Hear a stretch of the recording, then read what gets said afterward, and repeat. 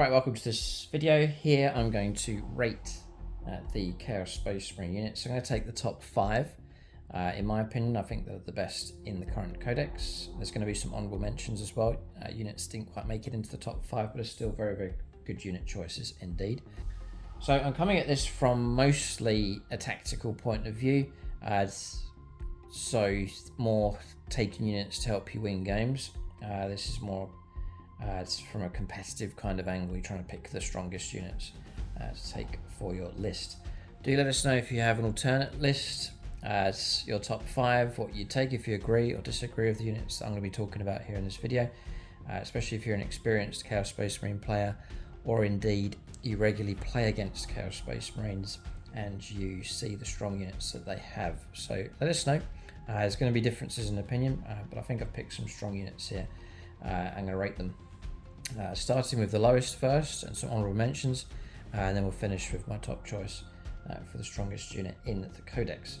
If you're going to get into Chaos Space Marines, I want to expand your collection. It's gamingfigures.com. They're based here in the UK. If your order's large enough, you can tap into free postage, and you can also get a hold of deeper discounts if your order's big enough as well. So check them out. There's a link for them below. There's also a Facebook page. They're based in Redcar, which is in Middlesbrough. I have a great gaming setup there as well, so if you're in the local area, you can go in for games with them as well. So, Chaos Space Marines, I wouldn't usually have reviewed this kind of stuff, but now I've got into Alpha Legion, they've burst onto the channel, so I'm able to create some more Chaos Space Marine content.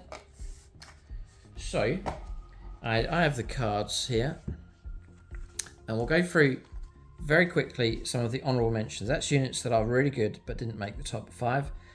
First up is the Forge Fiend, a very strong unit choice for some backline firepower support. Its strength is its firepower with the ectoplasma cannon. You can take up to 3 of them. Range 36, you've got the board pretty well covered. D3 attacks each, so 3d3, so between 3 and 9 shots potentially, or more because it's blast. 3s to hit, strength 10, -3, and straight 3 damage. Really good AP. Really good damage, and particularly good with blast against heavy infantry and vehicles as well. So really good firepower here. And there's also a rule, demonic ordnance. Each time, not once per battle, but each time this model is selected to shoot, it can use this ability. If it does, it gains hazardous, which just don't roll a 1. And it's not that big a deal if you do, unless you've got a few wounds left. But you get devastating wounds. So that's now going to punch past anything you can root for 6s with that. So Forge Fiend, Mike's run one of them. It's done very well. I think he's going to try and run a second. Very, very good, solid unit choice for sure. Sensible enough on points, I believe. So that's the Forge Fiend. Pricey enough, 190 points. So they are a fair investment. It's worth trying to keep them alive. Next, honorable mention, didn't quite make it into the top 5. I think there's other units just a little bit stronger, but the Land Raider, the standard Chaos Space Marine Land Raider, 240 points. Again, it's quite a points investment. Number of reasons why this has reached the higher choices here, and that is because it's super tough. A 2-up armor save, toughness 12, 16 wounds. That is going to be a very solid choice in your list. Taking the las cannons, they're excellent, range 48, 2 shots each. There's 2 of them, so 4 laser cannon shots going through, 3 stitch, strength 12, -3, d6 +1 damage. Seriously dangerous anti-tank firepower available from this thing. So you've got toughness, you've got firepower, and then on top of that you've got the transport capacity as well. It can do it really well. With assault ramp you can move, then disembark a unit, and that unit can still charge as well. So really good. So excellent protection, transportation and firepower makes the Land Raider one of my top choices. Next, Warp Talons. Mike's been using them very effectively. Very specific role. They're great for shredding. The amount of attacks and wounds that they can cause is superb. Jumping around 12 inches, deep striking them in. You can Warp Strike at the end of the fight phase. If this unit was, you can remove it from play and put it back into deep strikes. A bit of tactical versatility with it as well. Warp Claws, add 4 attacks each, so squad of 10, like 40 attacks coming through. Add Dark Pact on them, other potential abilities, characters with them to help them out. Really can start pushing them up to make them dangerous. Add 3 strength 5, so just that nice strength coming through. AP -2, which is great for infantry, close combat weapons, and damage 1. The key here is twin linked, so you're able to really shred once you get those hits, and you can then go for the reroll on the wound roll. Just a quick unit, a good assault, ambush type unit, and then the ability to shred really, really well with the warp claws. Next is the Hell Brute. So really good things going for this one. Really, it's buffing abilities, the main reason you take it, to help out and accompany other units, because it is slow. So really, that's why I've not put it in the top 5. It's just a bit too slow. 6-inch move. It's going to move around slowly around the table. So really, you're looking for it to camp out somewhere as opposed to try and maneuver around the board. So defense of the home objective and to hang around with other backline units. Toughness 9, 2 up save base unless it will last a while. OC of 3. You can give it the las cannon, the twin las cannon, for a bit of long range firepower support with that. Just the one shot though, but it is twin linked. And then perhaps some kind of close combat weapon to act as like sentry duty. I would probably take the Hellbrute Hammer. 5 attacks, forced hit, strength 14, which is fantastic. -3, which is brilliant, and then D6 +1 damage. Really, really good. So it can bite back hard in close combat. But the main reason for the honorable mention is its buffing ability. So you've got Dark Ascension, which is an aura ability, so it's a ranged ability. Whilst the friendly heretic has started units within 6 inches of this model, each target unit makes a Dark Pact, and that's going to be like constantly throughout the game. To the end of the phase, weapons equipped models and that unit gain both abilities by that Dark Pact, so they're going to get lethal and sustained hits coming through. It's a really good enhancement. Plus it's an aura, you're not choosing one unit, it's just anyone within that bubble is going to get that bonus. So that's a real good buff going on there. Depends on how you build your list. As if he's designed to go by himself and do something, then he's going to miss out. If you've got a core of units that hang around with each other and you're able to bury him in amongst them, then you're going to get real good value out of him. And then Devoted to Destruction. If this model is equipped with 2 melee weapons, then you get an extra 2 attacks if you really go for close combat.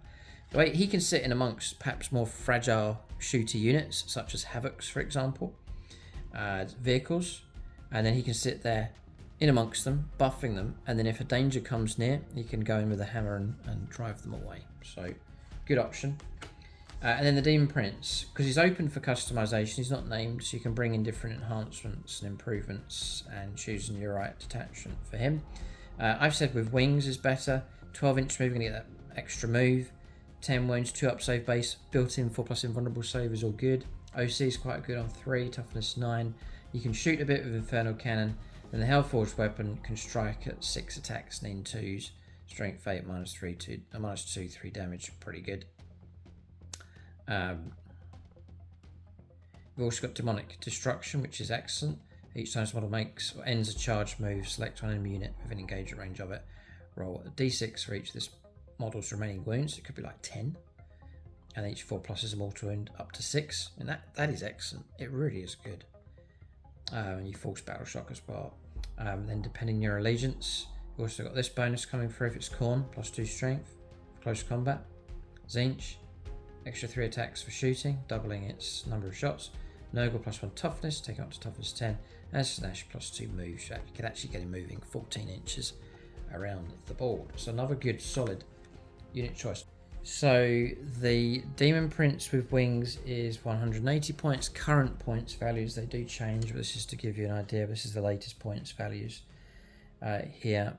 Then the Hellbrute is pretty good. I mean, 130 is not that expensive. You know, he's quite cheap to add into your list, and he'll fit in just nice if you're able to find that right slot for him where he can hang around with other units, guarding them and buffing them at the same time.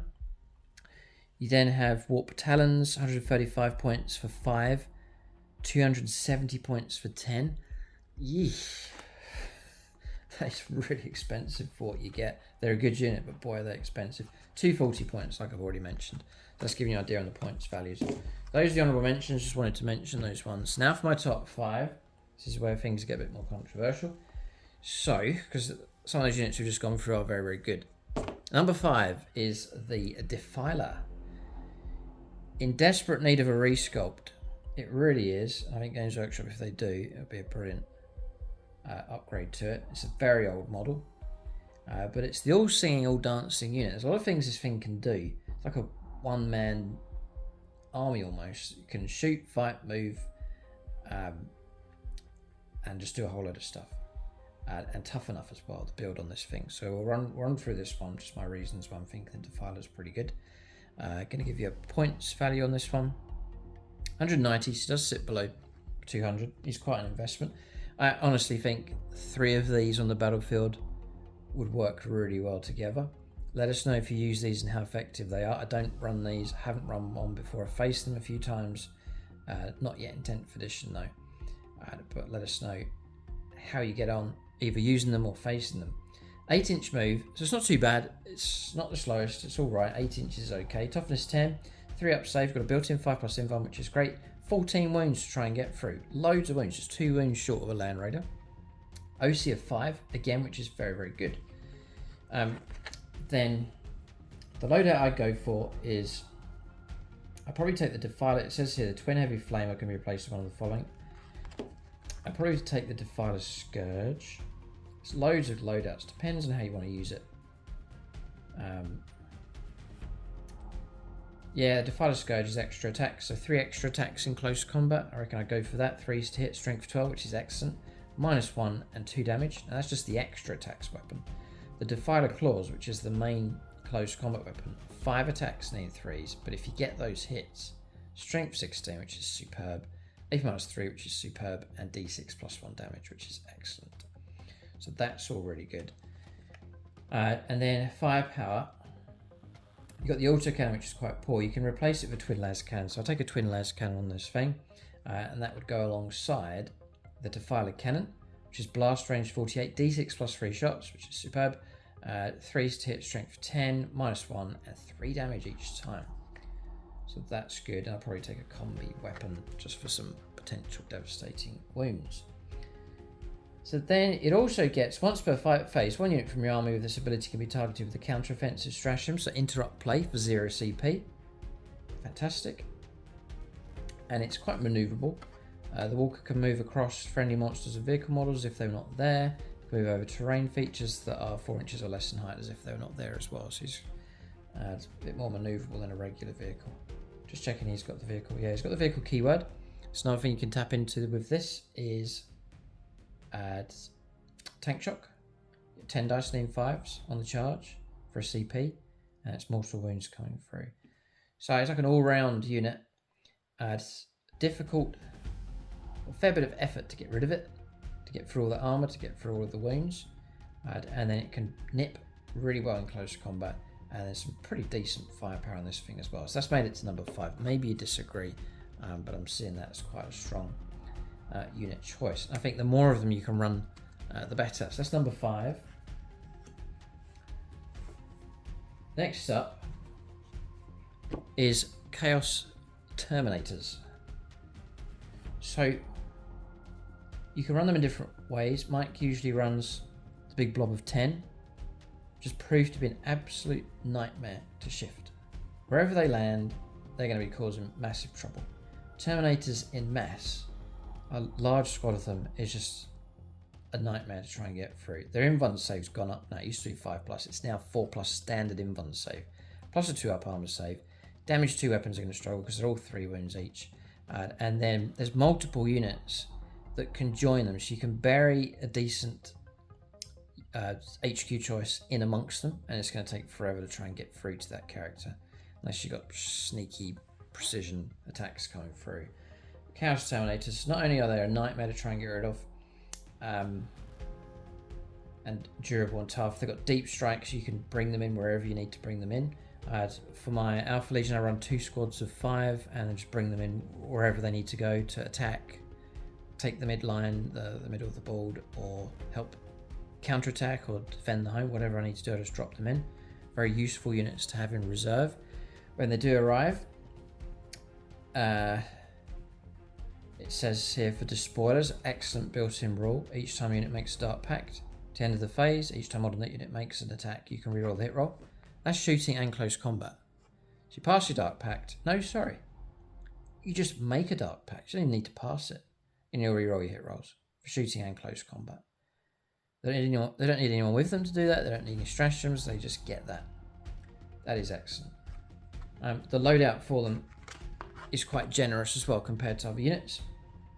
For example, a bit of shooting, which is all right. I try and take combi weapons because a combi weapon has got devastating wounds, and if you shoot at infantry, it's anti-infantry 4+. Your devastating wounds will go through on 4s, so that's pretty good. Devastating wounds bypasses everything. Rapid fire, so like 3 of them with combi weapons. You deep strike in, you get within 12, just over 9 inches away. You'll get 2 shots each, re-rolling your hit rolls, and then you can fish for or go for devastating wounds against infantry or indeed vehicles. So that's all good. And the loadout for them, the primary reason for taking them is durability. They gradually, but they'll chew their way through stuff, especially close combat. But it's the fact that they just go on and on and on. It takes so much effort to get rid of them. They're a major drain on an opponent's resources, as I've seen so many times, to the point where often I just try to ignore them and hope they go away, but they just hang around. And if you ignore them, they just wander around taking whatever ground they want. So I've seen how effective they are. So they're here at number 4.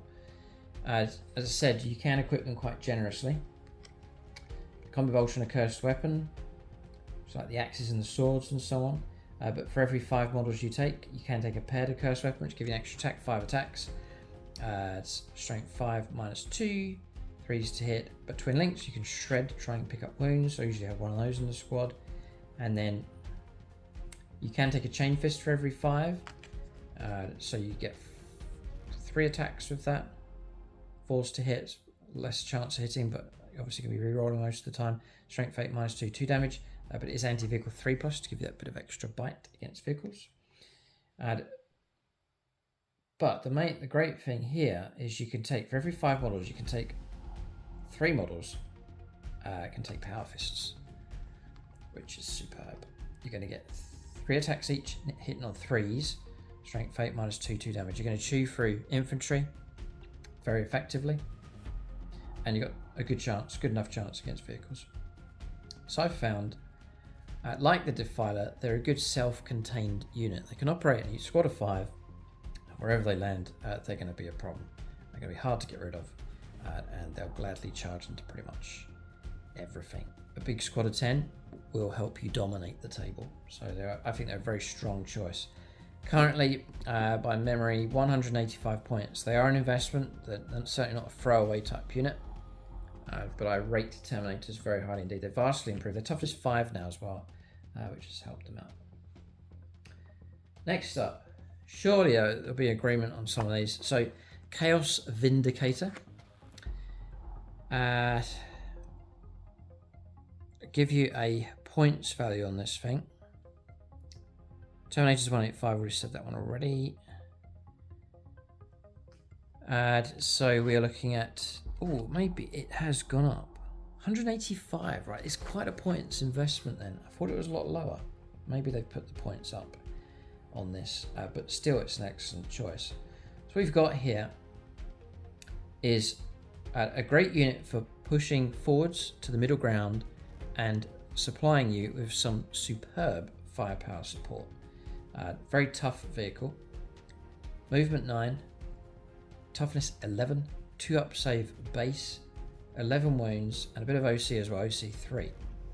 It does have the siege shield, so we're making attacks with this demolisher with the unit's demolisher cannon. This model can target enemy units within engagement range of it, provided no other enemy units are also within engagement range of the enemy unit.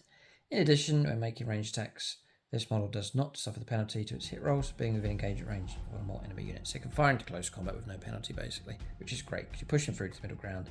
You may well find yourself in close combat. You may well find yourself in a situation where you wish you could use Demolisher Cannon against whatever is attacking you. Well, that certainly is possible now. For example, you have been charged on your opponent's turn, you've survived, and then usually the option for a vehicle is stay in and shoot, and then you'll die. And shoot at other targets, or not be able to shoot the blast weapon, but in this instance you can just sit there and gladly shoot at whatever's fighting you with the Demolisher Cannon. And Demolisher Cannon is really good. Blast, range 24, but as I said, you look, it's not a backline unit, it's one you're going to push forward, so the range will be okay. D6 plus 3 shots, so minimum of 4, maximum of 10 or more with blast. It's averaging about 6-7 shots, 3s to hit, and here it comes, strength 14, which is absolutely superb. It's going to be 3s to wound pretty much all the tough targets out there, and the heaviest of infantry is going to be 2s to wound. AP minus 3, which is excellent. AP minus 3 is really, really good. And damage of D6. You know, if you get 3 successful wounds going through against any vehicle, it's in massive trouble, and there's a good chance Demolishers can do it. James runs 3. He uses them really well. And so I think they're a very solid choice. There's a player on Discord, our Discord, that runs Imperial Fists, and he runs, I think, 3 Demolishers as well. They look superb. So another good, solid unit choice. Number 2, probably controversial, some bias because I'm running the unit, and it comes as a combo. We'll get it to number 2, and that's Chaos Chosen.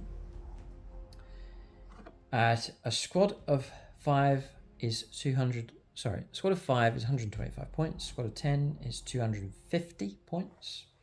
So they are quite an investment. You think, well, 250 points for 10 Space Marines, basically, but they're not your average Space Marine, Chaos Space Marine. They are a cut above. They're the elite of the Legionaries, I guess. So standard infantry, save for the fact they're 3 wounds each. That immediately makes them much more durable. You damage 2 weapons, which is so much of those around that cut Space Marines, Primaris Marines down. It's not going to be as effective with 3 wounds each, so it's going to be a lot more effort to try and remove them from play. The loadout, I'm going to build up the reasons. So off to a good start with a bit more durability for 3 wounds. That really does help. The loadout for these, I don't want to reveal too much yet, but I'll show you the other card in a moment. The loadout for these is okay. It's not the most generous. For every 5 models, up to 2 models can have their bolt pistol replaced with plasma. So a couple of plasma pistols in the squad. For every 5 models, up to 2 models can have their bolt gun replaced with a combi weapon, which I would take just for the potential of causing devastating wounds. And then for every 5 models, 1 model's bolt gun and a cursed weapon can be replaced with paired cursed weapons, the extra shredding attacks. And then for every 5, 1 model can replace the bolt gun, have its cursed weapon replaced with a power fist.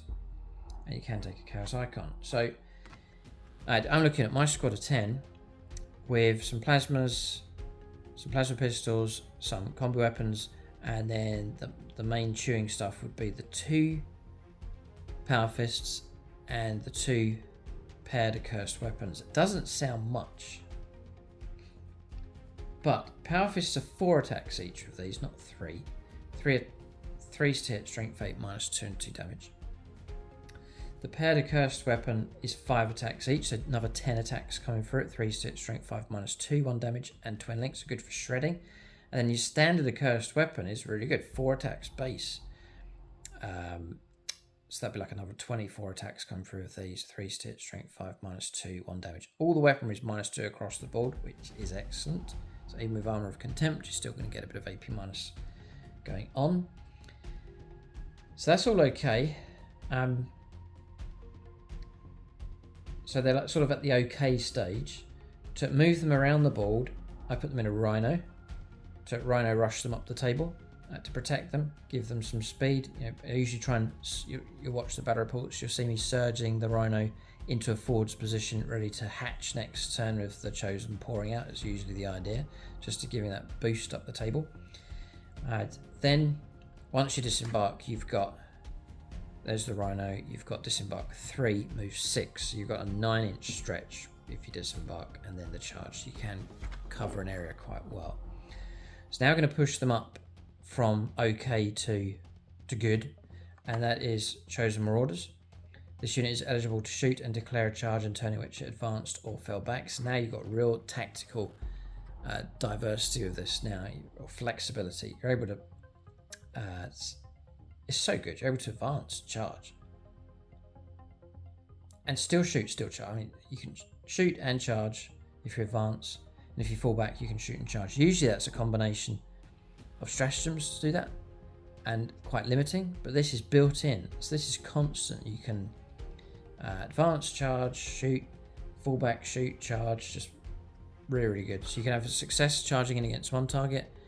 You're charged by something else, you survive, disengage, shoot, recharge it, or disengage, shoot something else, charge something else. Just the flexibility is super. Just a number of times in games I've looked at the Chosen and said, right, I've got loads of options here. I could stay in, pull out, charge back in, pull out, move somewhere else, and all sorts of things you can do. So a real good tactical unit to have in the heart of a game.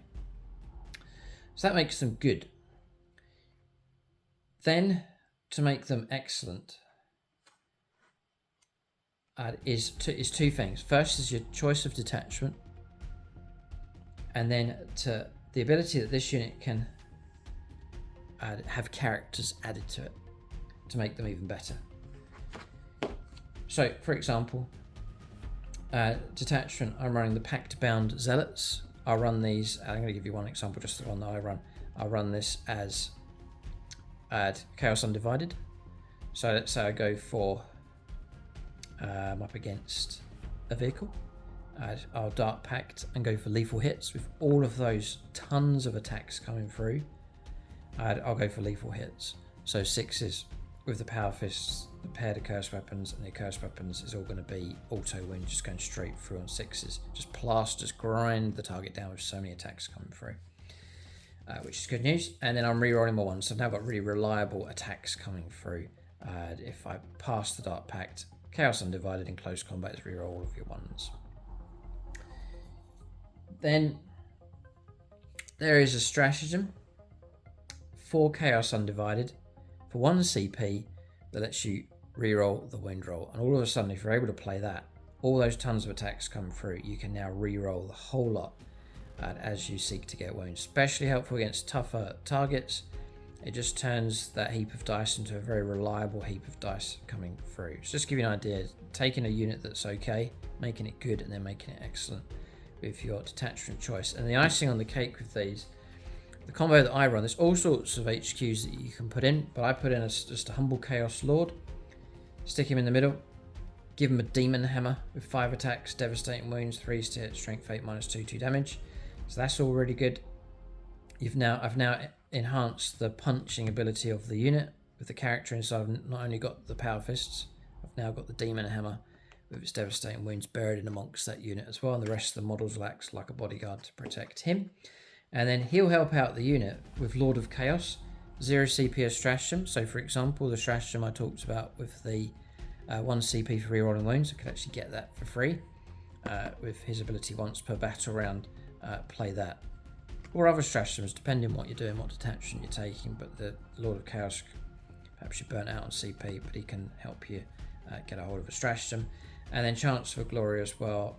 With this Chaos Lord protected and buried amongst this unit, he can, once per battle, start the fight phase, he can go for an extra attack, extra strength, extra arm penetration, extra damage for his melee weapons. So his Demon Hammer goes to damage of 3, all whilst he's buried inside the Chaos Chosen unit.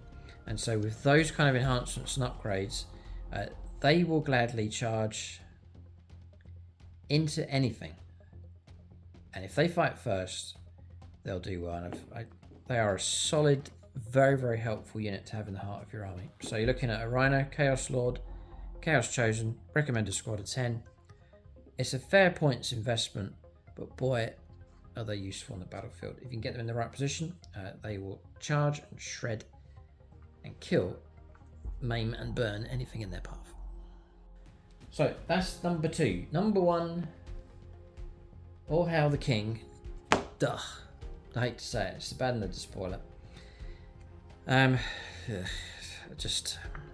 have to try and be impartial. So he's 295 points. The Scourge of the channel, but for that you're getting a fantastic character. He is absolutely superb. You have him in the heart of your army, and it's a nightmare. So, and again, Mike would play him, usually protecting him with Terminators, usually a squad of 10, and it's just so much effort. I have struggled and struggled to try and get rid of them, and so it's a testimony to this unit. Movement 5, he's not the fastest, but he's got deep strike like the Terminators. Wherever he lands, he'll claim as his own. Toughness 5, 2 up save, 4 up invulnerable save. It's 9 wounds to try and get through. It's got OC 4 for him as well.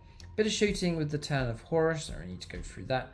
But then close combat. This is where he shines here. 8 attacks with the Draken. Built-in devastating wounds. 2s to hit. Strength 14. It's a sword. It is a sword and it's strength 14. It's AP -4, which is fantastic. And straight damage 3. Absolutely fantastic weapon. You've got the Talon of Horus as well. So if he wants to sweep with the Talon. The sculpt, by the way, is utterly superb as well from Games Workshop. Really, really good. Devastating wounds built into this as well. 14 attacks, 2s to hit, strength 7 -1. -3 and 1 damage. Then you have, he can join Terminators. You can also join Chosen. Interesting. Is he... Yeah, got it. Just checking. He actually counts as a Terminator model, but he's still able to join Chosen, which is quite cool. Games Workshop usually not very flexible and that kind of thing. Yeah, Chosen. He has to be a Warlord. He wouldn't suffer anyone else to be the Warlord. He'd kill them. The Warmaster. In your command phase, select one of the Warmaster abilities. Till the start of your next command phase, this model has that ability. We'll look at those in a second. And then Dark Destiny as well. Each time makes a Dark Pact. Does not fail the result in leadership if the test of that. If the result of that test was 7 or more, you gain a CP. So you can even pick up some CP for you as well. So you're picking either of these in your command phase. Paragon of Hatred. Whilst a friendly Heretic or Starters unit, excluding damage units within 6 inches, so it's a nice aura. Each time model that unit makes an attack, you can reroll the hit roll. He's now granting reroll hit rolls. So now you can imagine him with his Terminators, he's given all reroll hit rolls. Which I suppose they would be getting anyway, but it would help out a unit such as Chosen. It really would help them. Mark of Chaos Ascendant is the other. Whilst a friendly Heretic or Starters infantry or mounted unit is within 6 inches of this model, they get a 4+ invulnerable save. So again, Terminators would already have that, but other units nearby, that's a welcome bonus to get 4+ invuln save. And the other one, Lord of the Traitor Legions, is some help with leadership for them.